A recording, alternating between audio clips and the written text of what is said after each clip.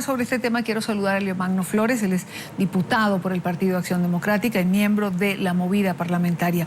Diputado Flores, bienvenido a la tarde. Más de 64 detenidos fue la suma en general, digamos, entre Lara, Caracas, el pasado viernes cuando se conmemoraba la fecha del 12 de febrero, que fue cuando comenzaron las manifestaciones en Caracas.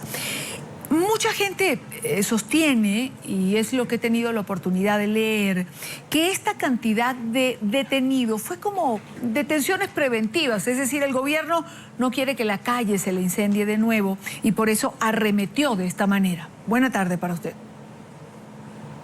Buenas tardes, Idania. Un saludo a toda la teleaudiencia de Latinoamérica, el Caribe y los Estados Unidos.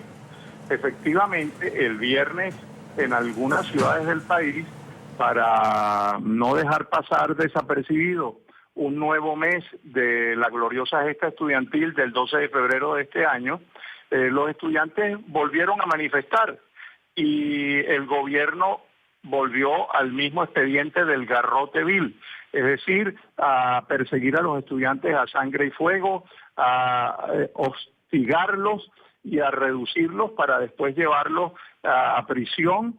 Y bueno, en ese despeje del área en conflicto, no respetan derechos humanos. Los efectivos de la Guardia Nacional y la Policía Bolivariana se llevan por delante a ancianos, a menores de edad, a adolescentes, y persiguen inclusive entrando hasta los propios sótanos y estacionamientos y áreas privadas de los edificios donde se guarecen los estudiantes y allí los toman detenidos. Esta es una situación insostenible. La violación de los derechos humanos en Venezuela se produce a cada instante, no solo ya con los estudiantes. El presidente del Colegio Médico del Estado de Aragua, por alertar a la ciudadanía sobre una enfermedad desconocida que originó 9 muertes y que tenía en cuarentena el hospital, inmediatamente fue denunciado por el gobernador del estado como terrorista y está siendo imputado. Este gobierno, como perdió el ascendiente popular, recurre, como todo régimen totalitario, a la represión, y eso es lo que se está viviendo en Venezuela en estas horas.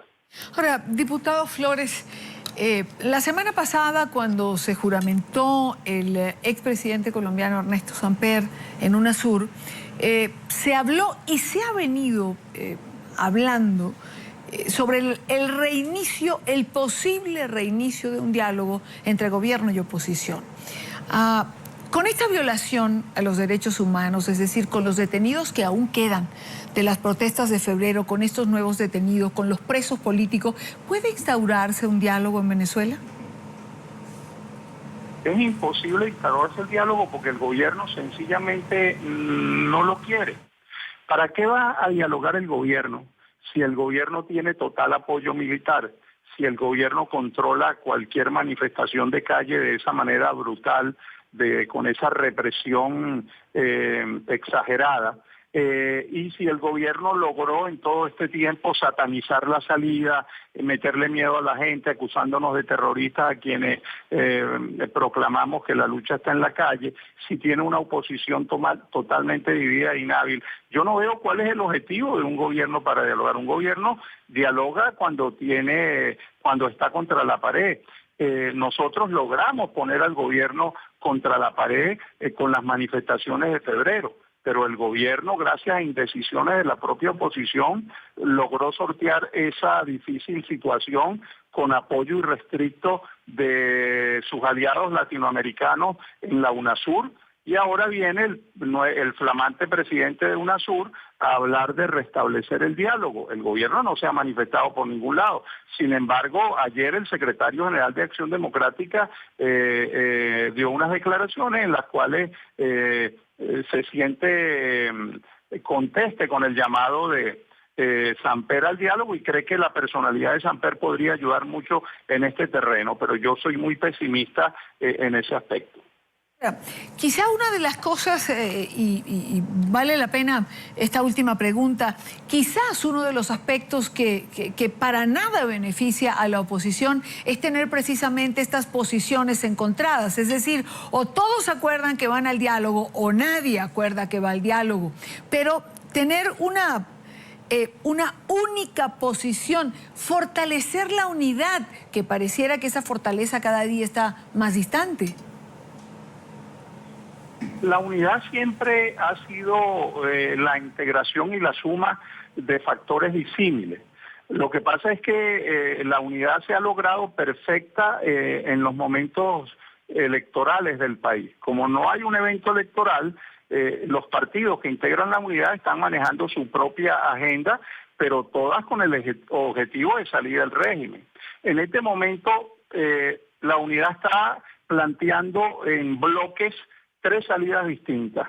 El Partido Acción Democrática y el Partido Primero Justicia, con algunos aliados, están planteando inmediatamente sentarnos a hablar sobre los candidatos y prepararnos para las elecciones del 2015.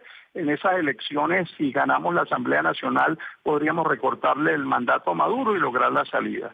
El partido de Leopoldo López tiene planteada para la próxima semana, con un gran acto, iniciar la recolección de firmas para un proceso constituyente.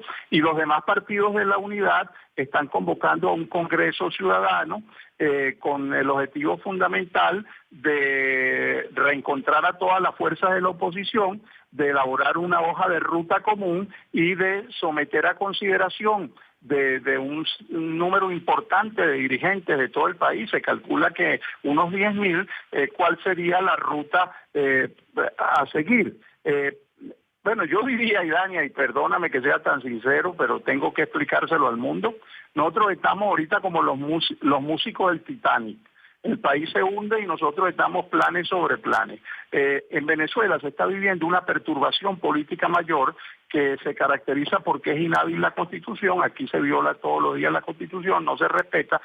Es inhábil el gobierno no puede ni siquiera garantizarnos el papel toalé a los venezolanos, y es inhábil la oposición porque siendo una mayoría política como lo somos, no tenemos poder político, y esta situación puede degenerar con la crisis económica tan profunda en una tormenta perfecta. Entonces nosotros no podemos seguir como los músicos del Titanic cantándole a la gente. Tenemos que asumir una responsabilidad y un deber histórico con el país, tanto nosotros como los chavistas, porque si no el país se hunde. Quiero agradecer a Leomagno Flores, diputado de Acción Democrática, miembro de la movida parlamentaria, por acompañarnos estos minutos en la tarde de NTN 24. Gracias, Iván. A usted.